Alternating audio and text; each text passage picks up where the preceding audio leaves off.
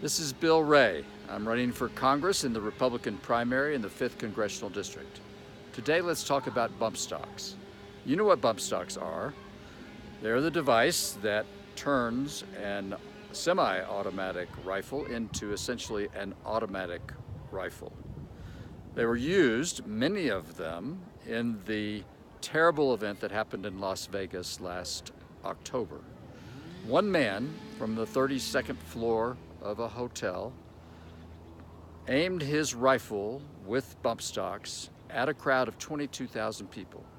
58 people were killed, including Colorado Springs resident Christopher Roybal, who was an Afghan vet and who died trying to save other people. 500 people, over 500 people were injured in that attack.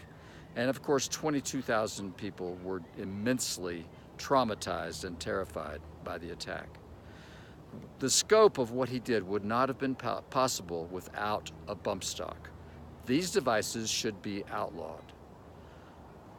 But the last few days, Senator Owen Hill and other Republicans came down, they say, on the side of freedom to preserve, I guess, the right to bear arms. Antonin Scalia, of course, 10 years ago, the most pro-gun guy on the Supreme Court you will ever find, said yes, individual rights to bear arm. But he also said yes, reasonable restrictions, limits on that right.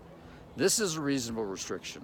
There is no real purpose for this device other than maybe just the thrill of shooting off multiple rounds at a high speed.